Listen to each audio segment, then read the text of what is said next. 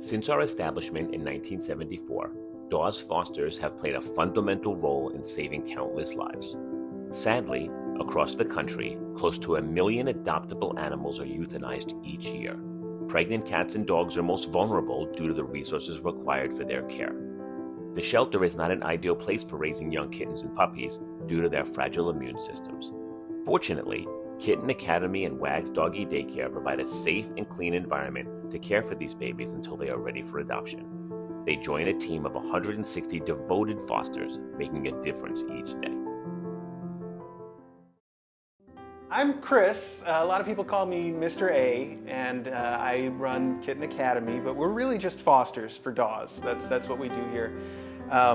We foster specifically pregnant mom cats, which is something that we've gotten into over the years. We started with kittens because pregnant mom cats aren't the place to start, but that's sort of what we landed on. So we take in the pregnant mom cats, we have them birth their kittens, and then raise them until they're about this old. This is Raindrop, who's ready for adoption. Then we help get them adopted out to the best of our ability. So. We had a friend through Kitten Academy who lived in this area and said, if you're moving up here, I've got to hook you up with DAWS. As soon as we met with DAWS, we knew they were good people. And because we focus so specifically on pregnant mom cats, Michelle will very often contact shelters that are further south where they have pregnant mom cats. There's transports that go up and down the coast every weekend, and they'll send up a pregnant mom cat that needs to be rescued from one of the southern shelters. And Michelle organizes this whole thing for us. I'm Michelle Messimer. I've been with DAWS for 13 years. I began as a socializer with kittens and cats in the shelter, and I am currently the foster manager. For the last 4 years, we've partnered with Kitten Academy, who has fostered over 150 mom cats and kittens for us. Finding fosters for moms, pregnant or nursing, is difficult, and this is the specialty of Kitten Academy, and it has been so beneficial to DAWS. With DAWS undergoing this process of construction, I know that it really has sort of shaken some things up, and I think it's amazing that they've managed to get all of their animals into foster care. Everybody had to really pull together to make that happen during this transition phase of DAW's existence, and it's amazing that they were able to do it. And I think, honestly, it's been really good for the cats and the dogs that are involved in that. So I'm Brian Cummings. I work at WAG's Doggy Day Camp and Boarding. I've been here for about 4 years as a dog handler. Another wonderful partnership we've made during this time is with WAG's. And while we had a relationship prior, they have really been a backbone for us during this period. They have fostered mom dogs and puppies for us. We've been working with our local animal shelter, DAWS, for the last couple of years, and it's been great. We get to play with these little puppies every day and teach them and see them grow and see the pictures on the website when they get adopted, and it's just a bundle full of joy having all these pups around us. Just the fact that they transport cats up here from the southern shelters like almost every weekend is amazing to me, and all the volunteers that come together to make that happen. It's a huge process that you see very little of normally. I'm very excited for our new building so that we can house even more animals in even more comfortable surroundings and continue to grow our foster program along with our adoptions at our new shelter. We've been happy to have DAWS with us for these number of years. After 49 years, DAWS has a lot of experience in rescue. When you donate to DAWS, you help save thousands of animals that we see yearly, as well as Kitten Honey right here.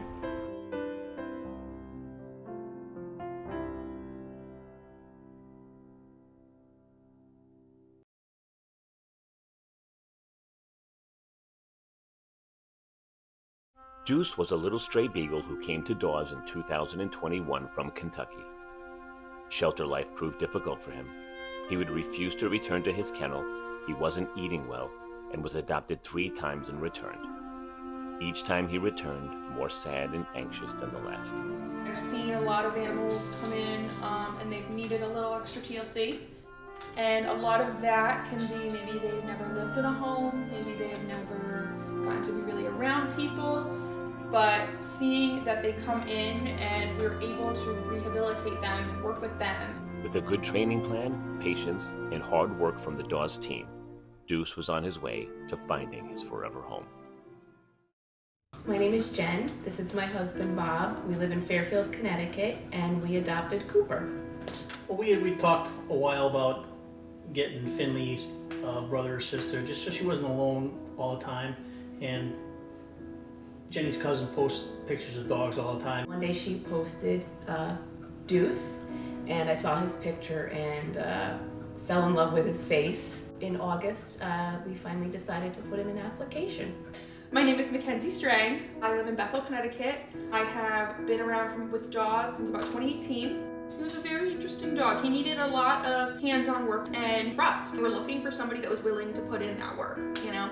Somebody that will be patient enough to put in all the effort. I remember the first time we met Cooper, up in the window, we just see this dog jumping up and down. And it was the cues that were like, wow, he can really jump. Yeah, he was a little shy at first. He was a little standoffish a little bit, and then very quiet with him and kind of let him come to us.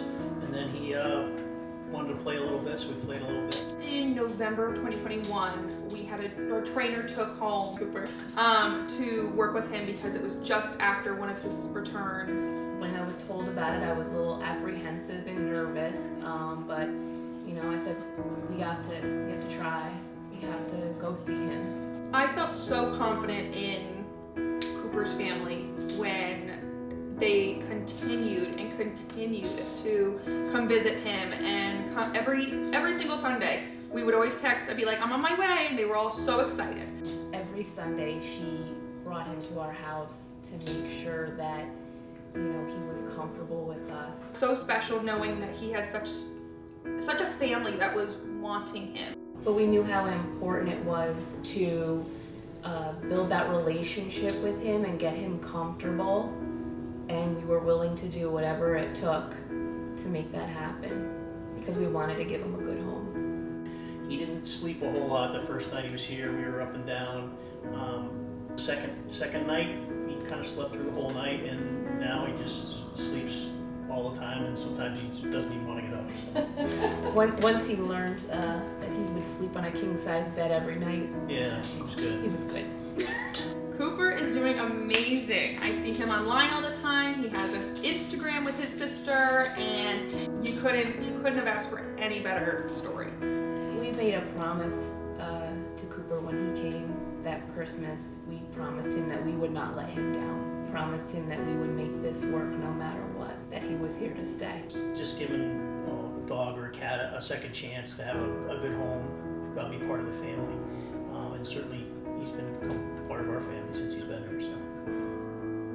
So. He is just so funny, and every single time I come to visit him, he is so excited to see me still, and I think that's the best part of him. I would highly recommend anybody who's looking to rescue a dog to work with DAWS. Kenzie coming here every week to make sure that Cooper got a great home.